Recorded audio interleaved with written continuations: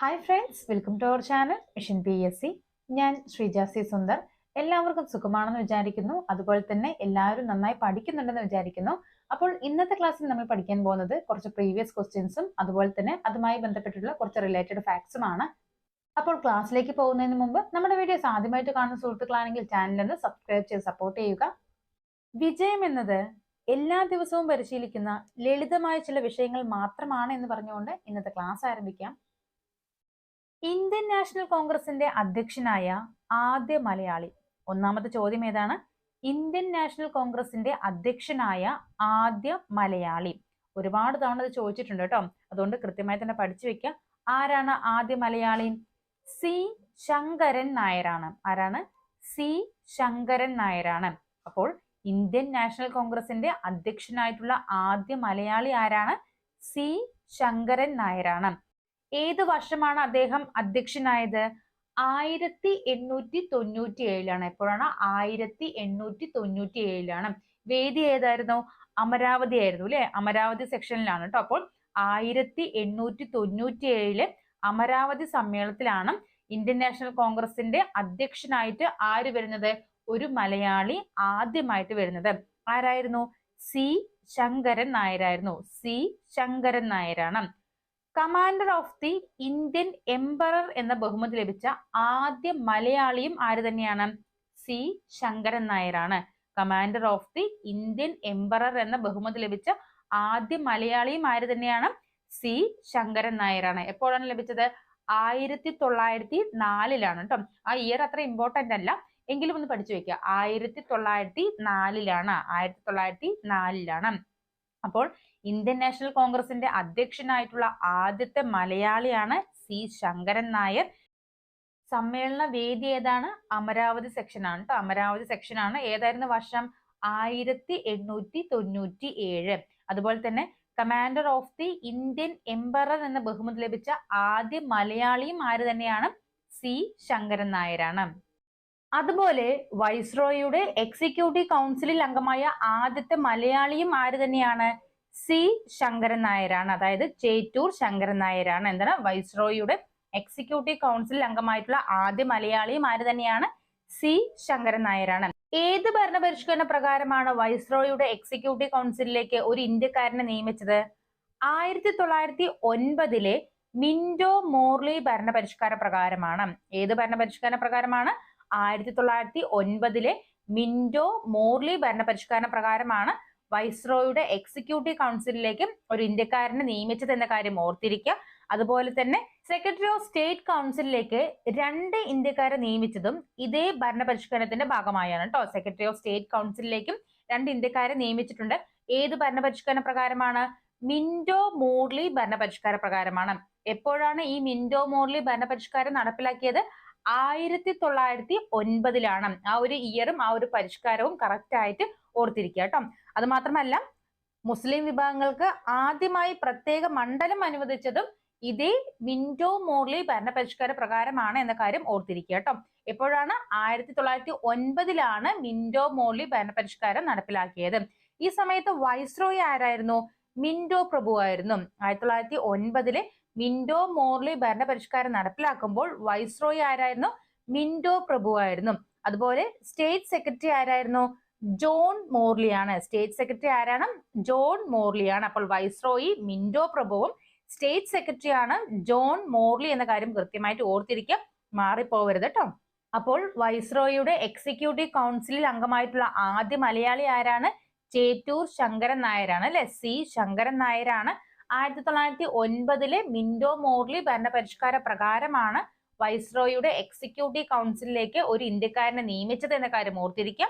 അതുപോലെ secretary of state കൗൺസിലിലേക്ക് 2 ഇന്ത്യക്കാരെ നിയമിച്ചതും മുസ്ലിമുകൾക്ക് പ്രത്യേക മണ്ഡലം അനുവദിച്ചതും ഇതേ ഭരണപരിഷ്കാര പ്രകാരമാണ് എന്ന കാര്യം ഓർത്തിരിക്കുക. ഈ സമയത്ത് വൈസ്രോയി ആരായിരുന്നു? മിന്റോ പ്രഭു ആണ്. സ്റ്റേറ്റ് സെക്രട്ടറി ആരായിരുന്നു? John Morley. റൗലറ്റ് നിയമത്തെ പിന്തുണച്ച ഇന്ത്യക്കാരനും ആര് തന്നെയായിരുന്നു? സി ശങ്കരൻ നായരായിരുന്നു. റൗലറ്റ് നിയമത്തെ പിന്തുണച്ച ഇന്ത്യക്കാരനും ആര് തന്നെയായിരുന്നു? സി ശങ്കരൻ നായരാണ്. എന്താണ് റൗലറ്റ് നിയമം എന്ന് പറയുന്നത്? വിചാരണ കൂടാതെ ഏതൊരു ഇന്ത്യക്കാരനെയും തടവിലിടാനുള്ള അധികാരം ആർക്ക് ലഭിക്കുകയാണ്? ബ്രിട്ടീഷ് ഗവൺമെന്റിന് നൽകിയിട്ടുള്ള ബ്രിട്ടീഷ് ഗവൺമെന്റിന് ലഭിച്ചിട്ടുള്ള നിയമമായിരുന്നു 1919 റൗലറ്റ് നിയമം എന്ന് പറയുന്നത്. എന്താണ്? വിചാരണ കൂടാതെ ഏതൊരു ഇന്ത്യക്കാരനെയും തടവിലിടാനുള്ള അധികാരം ബ്രിട്ടീഷ് ഗവൺമെന്റിന് നൽകിയ നിയമമാണ് 1919 റൗലറ്റ് നിയമം എന്ന് പറയുന്നത് കേട്ടോ. ഈ സിഡ്നി റൗലറ്റിന്റെ റിപ്പോർട്ട് പ്രകാരമാണ് ഈ നിയമം വന്നത് എന്ന കാര്യവും ഓർത്തിരിക്കുക. 1919 സിഡ്നി റൗലറ്റിന്റെ റിപ്പോർട്ട് പ്രകാരമാണ് ഈ ഒരു നിയമം വന്നത് എന്ന കാര്യം ഓർത്തിരിക്കുക. മാത്രമല്ല കരി നിയമം റൗലറ്റ് നിയമത്തെ കരി നിയമം എന്ന് പ്രഖ്യാപിച്ചത് ആരാണ്? ഗാന്ധിജി. ആരാണ്? ഗാന്ധിജിയാണ് റൗലറ്റ് നിയമത്തെ എന്ത് പറഞ്ഞത്? കരി നിയമം എന്ന് പ്രഖ്യാപിച്ചത്. ഈ ഒരു ഭാഗത്ത് നിന്ന് നിങ്ങൾ പഠിച്ചിരിക്കേണ്ട ഒരു പ്രധാനപ്പെട്ട ഫാക്ട് ഉണ്ട്. അതെന്താണ്? ഗാന്ധിജിയുടെ ദേശീയ രാഷ്ട്രീയത്തിലേക്കുള്ള ആദ്യത്തെ കാൽവെപ്പായിരുന്നു റൗലറ്റ് ആക്ടിനെതിരെയുള്ള പ്രതിഷേധ സമരം. എന്താണ്? ഗാന്ധിജിയുടെ ദേശീയ രാഷ്ട്രീയത്തിലേക്കുള്ള ആദ്യത്തെ കാൽവെപ്പായിരുന്നു റൗലറ്റ് ആക്ടിനെതിരെയുള്ള പ്രതിഷേധ സമരം എന്ന കാര്യവും നിങ്ങൾ കൃത്യമായിട്ട് തന്നെ പഠിച്ചു വെക്കാം. അപ്പോൾ റൗലറ്റ് നിയമത്തെ പിന്തുണച്ച ഇന്ത്യക്കാരനാരാണ്? സി ശങ്കരൻ നായരാണ്. ജാലിയൻ വാലാബാഗ് കൂട്ടക്കൊലയ്ക്ക് കാരണമായ നിയമവും ഏത് തന്നെയായിരുന്നു? റൗലറ്റ് നിയമമാണ്. എന്താണ്? ജാലിയൻ വാലാബാഗ് കൂട്ടക്കൊലയ്ക്ക് കാരണമായ നിയമം ഏതായിരുന്നു? റൗലറ്റ് നിയമമാണ്. എന്തായിരുന്നു ജാലിയൻ വാലാബാഗ് കൂട്ടക്കൊല എന്ന് പറയുന്നത്? ഇന്ത്യയിൽ ബ്രിട്ടീഷ് ഭരണത്തിന്റെ അടിത്തറ ഇളക്കിയ ഒരു സംഭവമായിരുന്നു എന്തെന്ന് പറയുന്നത്? ഈ ജാലിയൻ വാലാബാഗ് കൂട്ടക്കൊല എന്ന് പറയുന്നത് അല്ലെ. നമുക്കറിയാം 1919 റൗലറ്റ് ആക്ട് നിലവിൽ വന്നത്. ഇതിനെതിരെ പ്രതിഷേധിച്ച രണ്ട് വ്യക്തികളാണ്. ആരൊക്കെ? സൈഫുദ്ദീൻ കിച്ലുവും ഡോക്ടർ സത്യപാലും. ആരൊക്കെയാണ്? സൈഫുദ്ദീൻ കിച്ലുവും ഡോക്ടർ സത്യപാലും. ഈ പ്രതിഷേധത്തെ തുടർന്ന് ബ്രിട്ടീഷ് ഗവൺമെന്റ് എന്ത് ചെയ്തു? ഈ സൈഫുദ്ദീൻ കിച്ലുവിനെയും ഡോക്ടർ സത്യപാലിനെയും അറസ്റ്റ് ചെയ്തു. ഇവരുടെ അറസ്റ്റിൽ പ്രതിഷേധിച്ചവർക്ക് നേരെ 1919 ഏപ്രിൽ 13 ജനറൽ ഡയർ എന്ത് ചെയ്തു? വെടിവെക്കുകയായിരുന്നു അല്ലെ. ജനറൽ ഡയർ വെടിവെക്കുകയും ഒരുപാട് സാധാരണ ജനങ്ങൾക്ക് ജീവൻ നഷ്ടപ്പെടുകയും ചെയ്ത സംഭവമായിരുന്നു 1919 ജാലിയൻ വാലാബാഗ് കൂട്ടക്കൊല എന്ന കാര്യം ഓർത്തിരിക്കാം. അതുപോലെ ജാലിയൻ വാലാബാഗ് കൂട്ടക്കൊലയിൽ പ്രതിഷേധിച്ച് വൈസ്രോയുടെ എക്സിക്യൂട്ടീവ് കൗൺസിലിൽ നിന്നും രാജിവെച്ച മലയാളിയും ആര് തന്നെയാണ്? സി ശങ്കരൻ നായരാണ്. ആരാണ്? സി ശങ്കരൻ നായരാണ്. ഗാന്ധി ആൻഡ് അനാർക്കി എന്ന കൃതി രചിച്ചതും ആര് തന്നെയാണ്? സി ശങ്കരൻ നായരാണ് കേട്ടോ. ഈ കൃതി ഓർത്തിരിക്കുക. ഗാന്ധി ആൻഡ് അനാർക്കി എന്ന കൃതി രചിച്ചത് ആരാണ്? സി ശങ്കരൻ നായരാണ്. അപ്പോൾ ജാലിയൻ വാലാബാഗ് കൂട്ടക്കൊലയ്ക്ക് കാരണമായിട്ടുള്ള നിയമം ഏതാണ്? റൗലറ്റ് ആക്ട് ആണ്. റൗലറ്റ് ആക്ട് ആണ്. ഈ ആക്ടിനെതിരെ പ്രതിഷേധിച്ച സൈഫുദ്ദീൻ കിച്ലുവിനെയും ഡോക്ടർ സത്യപാലിനെയും ബ്രിട്ടീഷുകാർ അറസ്റ്റ് ചെയ്യുന്നു. ആ അറസ്റ്റിനെതിരെ പ്രതിഷേധിച്ചവർക്ക് നേരെയാണ് ജനറൽ ഡയർ 1919 എന്ത് ചെയ്യുന്നത്? വെടി ഉതിർക്കുന്നത്. അതിന്റെ ഫലമായിട്ട് ഒരുപാട് പേര് മരിച്ച ആ ഒരു സംഭവമാണ് ജാലിയൻ വാലാബാഗ് കൂട്ടക്കൊല എന്ന പേരിൽ അറിയപ്പെടുന്നത്. ഈ സംഭവത്തിൽ പ്രതിഷേധിച്ച്, അതായത് ജാലിയൻ വാലാബാഗ് കൂട്ടക്കൊലയിൽ പ്രതിഷേധിച്ച് വൈസ്രോയുടെ എക്സിക്യൂട്ടീവ് കൗൺസിലിൽ നിന്നും രാജിവെച്ച മലയാളി ആരാണ്? സി ശങ്കരൻ നായരാണ്. ആരാണ്? സി ശങ്കരൻ നായരാണ്. അദ്ദേഹം രചിച്ച കൃതി ഏതാണ്? Gandhi and anarchy. Gandhi and anarchy. ഇന്ത്യയിലെ ഏറ്റവും വലിയ തടാക തുറമുഖം ഏതാണ്? ഇന്ത്യയിലെ ഏറ്റവും വലിയ തടാക തുറമുഖം കൊച്ചി തുറമുഖമാണ്. അപ്പോൾ ഇന്ത്യയിലെ ഏറ്റവും വലിയ തടാക തുറമുഖം ഏതാണ്? കൊച്ചി തുറമുഖമാണ്. ഈ കൊച്ചി തുറമുഖം ഏത് സംസ്ഥാനത്തിലാണ്? നമുക്കറിയാം അല്ലെ. കേരളത്തിലെ ഒരു തുറമുഖമാണ് കേട്ടോ. കേരളത്തിലെ മേജർ തുറമുഖമാണ് ഏതെന്ന് പറയുന്നത്? ഈ കൊച്ചി തുറമുഖം എന്ന് പറയുന്നത്.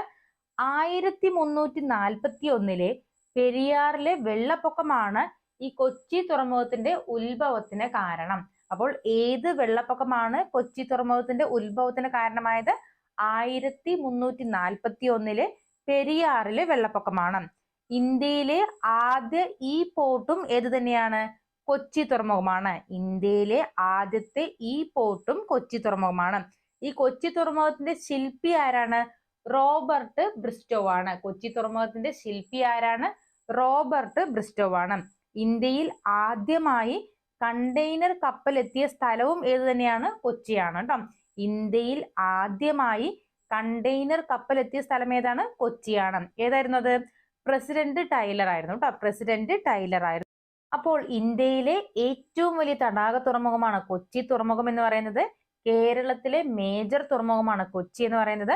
1341 പെരിയാറിലെ വെള്ളപ്പൊക്കം അല്ലെ. കൃത്യമായിട്ട് ഓർത്തിരിക്കണം. 1341 പെരിയാറിലെ വെള്ളപ്പൊക്കമാണ് കൊച്ചി തുറമുഖത്തിന്റെ ഉത്ഭവത്തിന് കാരണം എന്ന് പറയുന്നത്. ഇന്ത്യയിലെ ആദ്യത്തെ ഈ പോർട്ടും കൊച്ചി തുറമുഖമാണ് അല്ലെ. ഇന്ത്യയിലെ ആദ്യത്തെ ഈ പോർട്ടാണ്. കൊച്ചി തുറമുഖത്തിന്റെ ശില്പി ആരാണ്? റോബർട്ട് ബ്രിസ്റ്റോ ആണ്. കൊച്ചി തുറമുഖത്തിന്റെ ശില്പി ആരാണ്? റോബർട്ട് ബ്രിസ്റ്റോ ആണ്. ഇന്ത്യയിൽ ആദ്യമായി കണ്ടെയ്നർ കപ്പൽ എത്തിയ സ്ഥലം ഏതാണ്? കൊച്ചിയാണ്. ഇന്ത്യയിൽ ആദ്യമായി കണ്ടെയ്നർ കപ്പൽ എത്തിയ സ്ഥലം ഏതാണ്? കൊച്ചിയാണ്. ഇന്ത്യയിലെ ഏറ്റവും വലിയ കണ്ടെയ്നർ തുറമുഖം. ഇന്ത്യയിലെ ഏറ്റവും വലിയ കണ്ടെയ്നർ തുറമുഖം ഏതാണ്? ജവഹർലാൽ നെഹ്റു തുറമുഖം അല്ലെങ്കിൽ നവശേവ തുറമുഖം. ജവഹർലാൽ നെഹ്റു തുറമുഖം അല്ലെങ്കിൽ നവശേവ തുറമുഖമാണ് ഇന്ത്യയിലെ ഏറ്റവും വലിയ കണ്ടെയ്നർ തുറമുഖം എന്ന് പറയുന്നത്. അതുപോലെ തന്നെ ഇന്ത്യയിൽ ഏറ്റവും വേഗത്തിൽ വളരുന്ന തുറമുഖം ഏത് തന്നെയാണ്? ഈ നവശേവ തുറമുഖമാണ്. ഇന്ത്യയിൽ ഏറ്റവും വേഗത്തിൽ വളരുന്ന തുറമുഖവും നവശേവ തുറമുഖമാണ്. ഇന്ത്യയിലെ ഏറ്റവും വലിയ കൃത്രിമ തുറമുഖവും ഏത് തന്നെയാണ്? ഈ നവശേവയാണ് കേട്ടോ. ജവഹർലാൽ നെഹ്റു തുറമുഖമാണ് ഇന്ത്യയിലെ ഏറ്റവും വലിയ കൃത്രിമ തുറമുഖം എന്ന് പറയുന്നത്. ഈ തുറമുഖം സ്ഥിതി ചെയ്യുന്നത് ഏത് സംസ്ഥാനത്തിലാണ്? മഹാരാഷ്ട്രയിലാണ്. എവിടെയാണ്? മഹാരാഷ്ട്രയിലാണ്. ഇന്ത്യയിലെ ഏറ്റവും വലിയ തുറമുഖം ഏതാണ്? മുംബൈ തുറമുഖമാണ്. ഇന്ത്യയിലെ ഏറ്റവും വലിയ തുറമുഖം ഏതാണ്? മുംബൈ തുറമുഖമാണ്. ഗേറ്റ് വേ ഓഫ് ഇന്ത്യ എന്നാണ് മുംബൈ തുറമുഖം അറിയപ്പെടുന്നത്. ഗേറ്റ് വേ ഓഫ് ഇന്ത്യ എന്നറിയപ്പെടുന്നത് ഏത് തുറമുഖമാണ്? മുംബൈ തുറമുഖമാണ്. ഇന്ത്യയിലെ ഏറ്റവും വലിയ പ്രകൃതിദത്ത തുറമുഖമാണ് മുംബൈ തുറമുഖം എന്ന കാര്യം ഓർത്തിരിക്കുക കേട്ടോ. ഇന്ത്യയിലെ ഏറ്റവും വലിയ പ്രകൃതിദത്ത തുറമുഖം ഏതാണ്?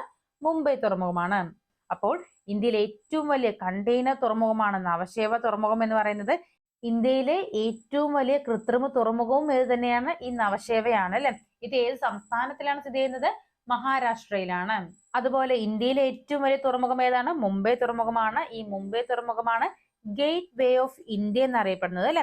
ഇന്ത്യയിലെ ഏറ്റവും വലിയ പ്രകൃതിദത്ത തുറമുഖവും ഏത് തന്നെയാണ്? മുംബൈ തുറമുഖമാണ്. അപ്പോൾ ഇന്ത്യയിലെ ഏറ്റവും വലിയ കൃത്രിമ തുറമുഖം ഏതാണ്? നവശേവ തുറമുഖമാണ്. ഇന്ത്യയിലെ ഏറ്റവും വലിയ പ്രകൃതിദത്ത തുറമുഖം ഏതാണ്? മുംബൈ തുറമുഖമാണ്. ഇന്ത്യയിലെ ഏക വേലിയേറ്റ തുറമുഖം.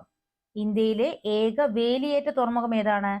കാൻല തുറമുഖമാണ്. ഗുജറാത്തിലുള്ള കാൻല തുറമുഖമാണ് ഇന്ത്യയിലെ ഏക വേലിയേറ്റ തുറമുഖം എന്ന് പറയുന്നത്.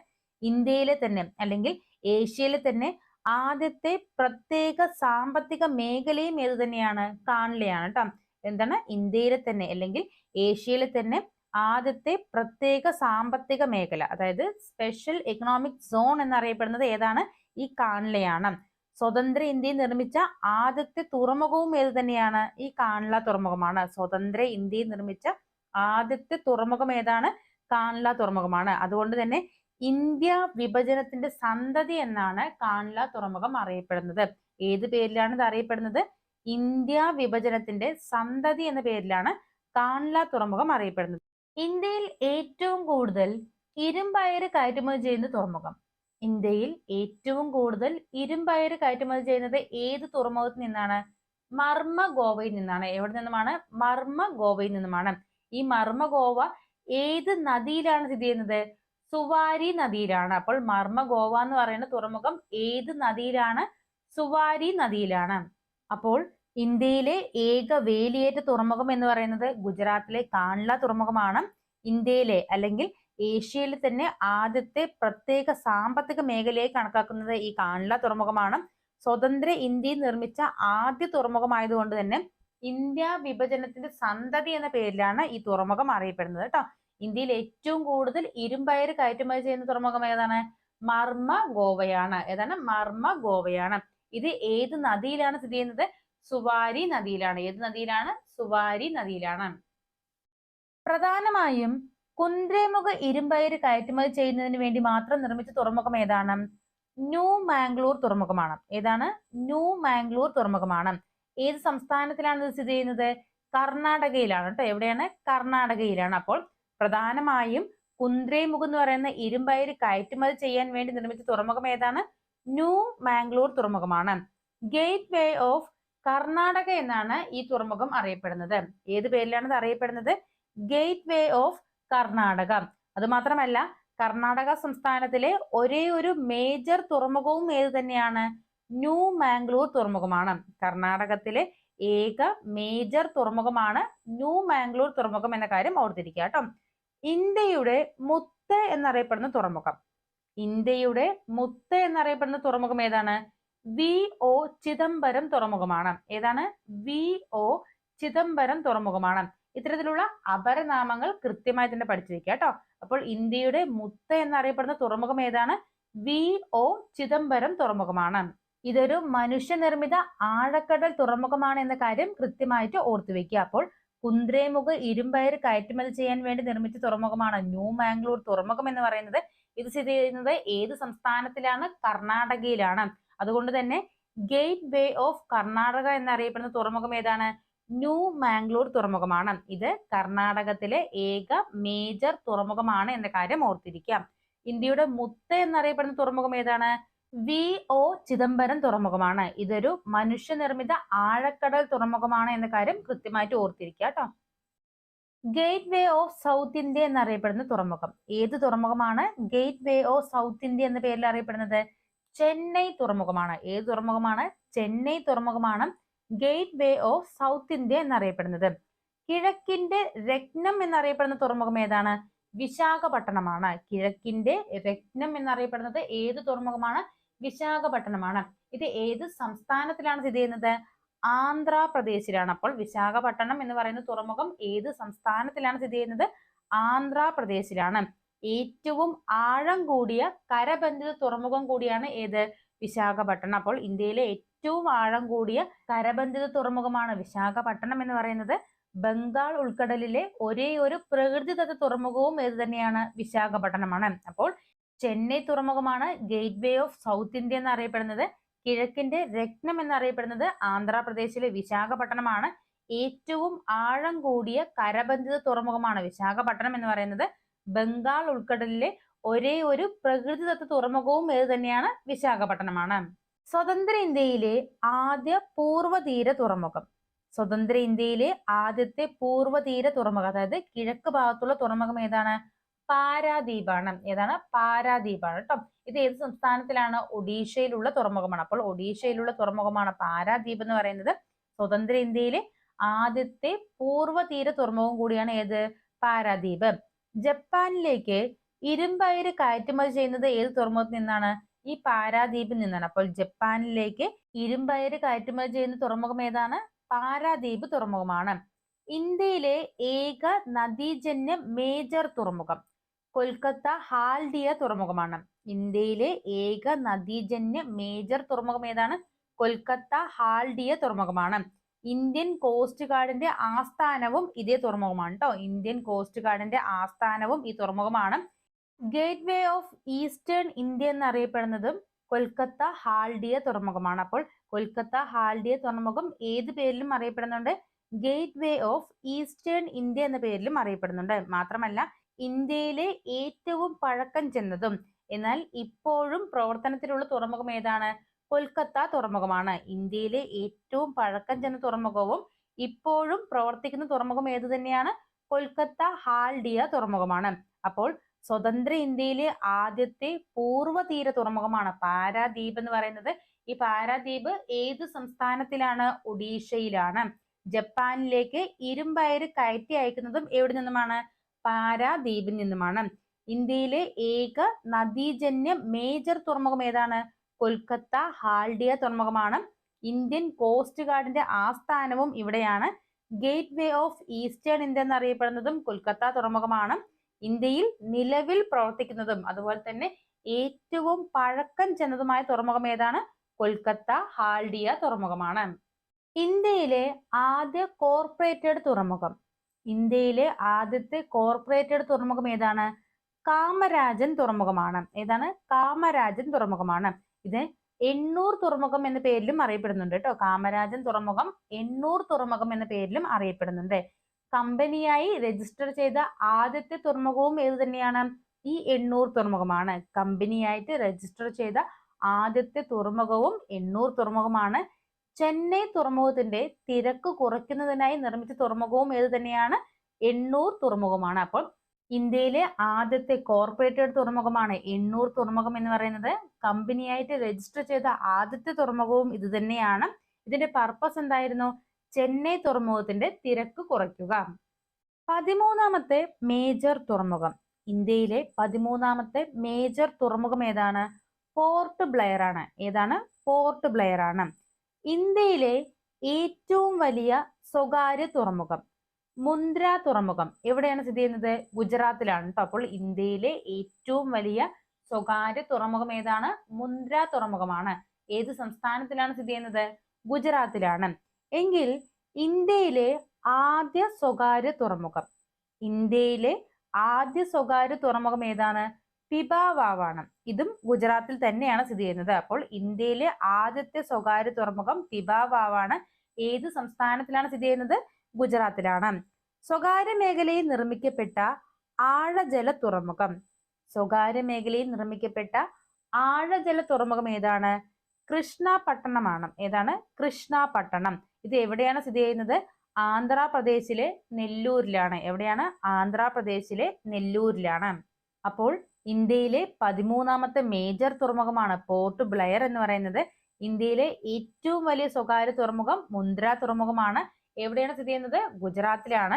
എങ്കിൽ ആദ്യത്തെ സ്വകാര്യ തുറമുഖം ഏതാണ്? പിപാവാവാണ് കേട്ടോ. ഇതും ഗുജറാത്തിലാണ്. ഇത് മാറിപ്പോവരുത്, ഒരുപാട് തവണ ചോദിച്ചിട്ടുണ്ട്.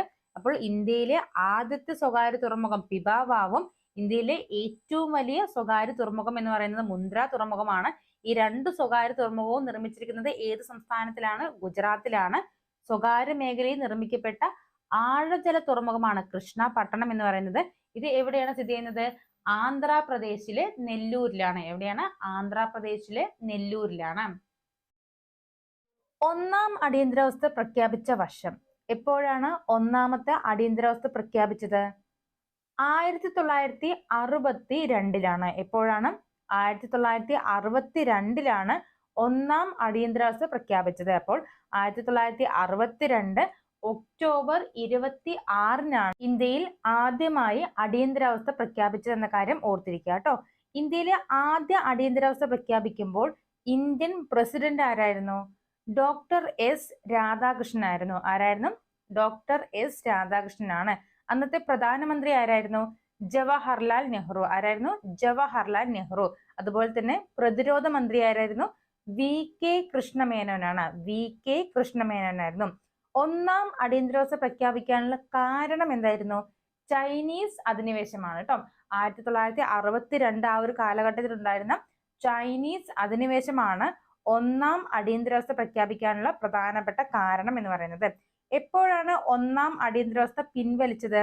1968 ജനുവരി 10. 1968 ജനുവരി 10 ആദ്യത്തെ അടിയന്തരാവസ്ഥ പിൻവലിച്ചത്. ഒന്നാം അടിയന്തരാവസ്ഥ പിൻവലിച്ച പ്രസിഡന്റ് ആരായിരുന്നു? സക്കീർ ഹുസൈൻ ആയിരുന്നു. ആരായിരുന്നു? സക്കീർ ഹുസൈൻ ആയിരുന്നു. അപ്പോൾ അടിയന്തരാവസ്ഥ പ്രഖ്യാപിക്കുമ്പോൾ ഡോക്ടർ എസ് രാധാകൃഷ്ണനും അടിയന്തരാവസ്ഥ പിൻവലിച്ചപ്പോൾ പ്രസിഡന്റ് ആരായിരുന്നു? സക്കീർ ഹുസൈൻ ആണ്. സക്കീർ ഹുസൈൻ ആണ്, മാറിപ്പോവരുത് കേട്ടോ. അപ്പോൾ ഒന്നാം അടിയന്തരാവസ്ഥ ഏർപ്പെടുത്തിയത് 1962 ഒക്ടോബർ 26 ഡോക്ടർ എസ് രാധാകൃഷ്ണനായിരുന്നു അന്നത്തെ പ്രസിഡന്റ്. പ്രധാനമന്ത്രി ആരായിരുന്നു? ജവഹർലാൽ നെഹ്റു ആയിരുന്നു. വി കെ കൃഷ്ണമേനോനാണ് പ്രതിരോധ മന്ത്രി. വി കെ കൃഷ്ണമേനോനായിരുന്നു അന്നത്തെ പ്രതിരോധ മന്ത്രി. എന്തായിരുന്നു കാരണം? ചൈനീസ് അധിനിവേശമാണ്. എന്തായിരുന്നു കാരണം? ചൈനീസ് അധിനിവേശമാണ്. എപ്പോഴാണ് ഒന്നാം അടിയന്തരാവസ്ഥ പിൻവലിച്ചത്? 1968 ജനുവരി 10. 1968 ജനുവരി 10 ആരാണ് പിൻവലിച്ചത്? അതായത് പിൻവലിച്ച പ്രസിഡന്റ് ആരാണ്? സക്കീർ ഹുസൈൻ ആണ്. ആരാണ്? സക്കീർ ഹുസൈൻ ആണ്. രണ്ടാം അടിയന്തരാവസ്ഥ ഏർപ്പെടുത്തിയത് എപ്പോഴാണ്? 1971 ഡിസംബർ 3 കേട്ടോ. 1971 ഡിസംബർ 3 രണ്ടാം അടിയന്തരാവസ്ഥ ഏർപ്പെടുത്തിയത്. അന്നത്തെ പ്രസിഡന്റ് ആരായിരുന്നു? വി വി ഗിരി. ആരായിരുന്നു? വി വി ഗിരി. പ്രധാനമന്ത്രി ആരാണ്? ഇന്ദിരാഗാന്ധിയാണ്. അന്ന് പ്രധാനമന്ത്രി ആരായിരുന്നു? ഇന്ദിരാഗാന്ധിയാണ്. പ്രതിരോധ മന്ത്രി ആരാണ്? ജഗ്ജീവൻ റാം. ആരായിരുന്നു? ജഗ്ജീവൻ റാം. ഈ 1971 അടിയന്തരാവസ്ഥ പ്രഖ്യാപിക്കാനുള്ള കാരണം എന്തായിരുന്നു? ഇന്ത്യ പാക് യുദ്ധമായിരുന്നു അല്ലെ. ഇന്ത്യ പാക് യുദ്ധമാണ് 1971 അടിയന്തരാവസ്ഥ പ്രഖ്യാപനത്തിനുള്ള കാരണം എന്ന് പറയുന്നത്. ഈ അടിയന്തരാവസ്ഥ എന്നാണ് പിൻവലിച്ചത്? 1977 മാർച്ച് 21. അപ്പോൾ 1971 പ്രഖ്യാപിച്ച അടിയന്തരാവസ്ഥ പിൻവലിച്ചത് 1977 മാർച്ച് 21. ഈ അടിയന്തരാവസ്ഥ പിൻവലിച്ച പ്രസിഡന്റ് ആരായിരുന്നു? ബി ഡി ജെട്ടിയാണ്. ബി ഡി ജെട്ടിയാണ് 1977 രണ്ടാം അടിയന്തരാവസ്ഥ പിൻവലിച്ചത് എന്ന കാര്യം ഓർത്തിരിക്കുക കേട്ടോ. അപ്പോൾ രണ്ടാം അടിയന്തരാവസ്ഥ പ്രഖ്യാപിച്ചത് 1971 ഡിസംബർ 3-നാണ്. 1971 ഡിസംബർ 3-നാണ്. അന്നത്തെ പ്രസിഡന്റ് ആരായിരുന്നു? വി വി ഗിരി. പ്രധാനമന്ത്രി ഇന്ദിരാഗാന്ധിയായിരുന്നു. പ്രതിരോധ മന്ത്രി ആരായിരുന്നു? ജഗ്ജീവൻ റാം. എന്തായിരുന്നു കാരണം? ഇന്ത്യ പാക് യുദ്ധം. എന്തായിരുന്നു കാരണം? ഇന്ത്യ പാക് യുദ്ധമാണ്. എപ്പോഴാണ് പിൻവലിച്ചത്? 1977 മാർച്ച് 21-നാണ്. അപ്പോൾ അടിയന്തരാവസ്ഥ പിൻവലിച്ചത് എപ്പോഴാണ്? 1977 മാർച്ച് 21-ന്. അന്നത്തെ പ്രസിഡന്റ് ആരായിരുന്നു? ബി ഡി ജെട്ടിയാണ്. മൂന്നാം അടിയന്തരാവസ്ഥ. എപ്പോഴാണ് മൂന്നാം അടിയന്തരാവസ്ഥ ഏർപ്പെടുത്തിയത്? 1975 ജൂൺ 25-നാണ്. എപ്പോഴാണ്? 1975 ജൂൺ 25-നാണ് മൂന്നാം അടിയന്തരാവസ്ഥ ഏർപ്പെടുത്തിയത്. അന്നത്തെ പ്രസിഡന്റ് ആരായിരുന്നു? ഫക്രുദ്ദീൻ അലി അഹമ്മദാണ്. ആരായിരുന്നു? ഫക്രുദ്ദീൻ അലി അഹമ്മദായിരുന്നു. പ്രധാനമന്ത്രി ആരായിരുന്നു? ഇന്ദിരാഗാന്ധിയാണ്. പ്രതിരോധ മന്ത്രി ആരായിരുന്നു? സർദാർ സ്വരൻ സിംഗ് ആയിരുന്നു അല്ലെ. പ്രതിരോധ മന്ത്രി ആരാണ്? സർദാർ സ്വരൻ സിംഗ് ആണ്. എന്തായിരുന്നു മൂന്നാം അടിയന്തരാവസ്ഥയുടെ കാരണം എന്ന് പറയുന്നത്? ആഭ്യന്തര പ്രശ്നങ്ങൾ. മൂന്നാമത്തെ അടിയന്തരാവസ്ഥയ്ക്കുള്ള കാരണം എന്താണ് പറഞ്ഞത്? ആഭ്യന്തര പ്രശ്നങ്ങളായിരുന്നു. മൂന്നാം അടിയന്തരാവസ്ഥ പിൻവലിച്ചത് എപ്പോഴാണ്? 1977 മാർച്ച് 21-നാണ്. അപ്പോൾ രണ്ടാം അടിയന്തരാവസ്ഥയും മൂന്നാം അടിയന്തരാവസ്ഥയും പിൻവലിച്ചത് എപ്പോഴാണ്? 1977 മാർച്ച് 21-നാണ്. ആരാണ് പിൻവലിച്ചത്? ബി ഡി ജെട്ടിയാണ് രണ്ടാമത്തെ അടിയന്തരാവസ്ഥയും അതുപോലെ തന്നെ മൂന്നാമത്തെ അടിയന്തരാവസ്ഥയും പിൻവലിച്ചത് എന്ന കാര്യം ഓർത്തിരിക്കുക. അതുപോലെ തന്നെ ഈ രണ്ട് സമയത്തും, രണ്ടാമത്തെ അടിയന്തരാവസ്ഥ കാലത്തും അതുപോലെ തന്നെ മൂന്നാം അടിയന്തരാവസ്ഥ കാലത്തും ആരായിരുന്നു പ്രധാനമന്ത്രി? ഇന്ദിരാഗാന്ധിയായിരുന്നു. അപ്പോൾ 1975 ജൂൺ 25-നാണ് മൂന്നാം അടിയന്തരാവസ്ഥ ഏർപ്പെടുത്തിയത്. അന്നത്തെ പ്രസിഡന്റ് ആരായിരുന്നു? ഫക്രുദ്ദീൻ അലി അഹമ്മദാണ്. പ്രധാനമന്ത്രി ഇന്ദിരാഗാന്ധി ആയിരുന്നു. സർദാർ സ്വരൻ സിംഗ് ആയിരുന്നു പ്രതിരോധ മന്ത്രി. കാരണം എന്തായിരുന്നു? ആഭ്യന്തര പ്രശ്നങ്ങൾ. അതുപോലെ 1977 മാർച്ച് 21-നാണ് മൂന്നാം അടിയന്തരാവസ്ഥ പിൻവലിച്ചത് എന്ന കാര്യം ഓർത്തിരിക്കുക. ആരാണ് പിൻവലിക്കുന്ന സമയത്ത് പ്രസിഡന്റ് ആയിരുന്നത്? ബി ഡി ജെട്ടിയാണ്. അപ്പോൾ ഇന്നത്തെ ക്ലാസ്സിൽ ഡിസ്കസ് ചെയ്ത 3 ചോദ്യങ്ങളും അതുമായി ബന്ധപ്പെട്ട റിലേറ്റഡ് ഫാക്ട്സും നിങ്ങൾക്ക് കൃത്യമായി മനസ്സിലായി എന്ന് വിചാരിക്കുന്നു. എല്ലാവരും നന്നായി തന്നെ പഠിക്കുക, ആത്മാർത്ഥമായി തന്നെ പഠിക്കാൻ ശ്രമിക്കുക. മറ്റൊരു ടോപ്പിക്കുമായിട്ട് നമുക്ക് അടുത്ത ക്ലാസ്സിൽ കാണാം. നമ്മുടെ വീഡിയോസ് ഒക്കെ ഇഷ്ടമാകുന്നുണ്ടെങ്കിൽ തീർച്ചയായിട്ടും ലൈക്ക് ചെയ്യുക, ഷെയർ ചെയ്യുക, സബ്സ്ക്രൈബ് ചെയ്യുക.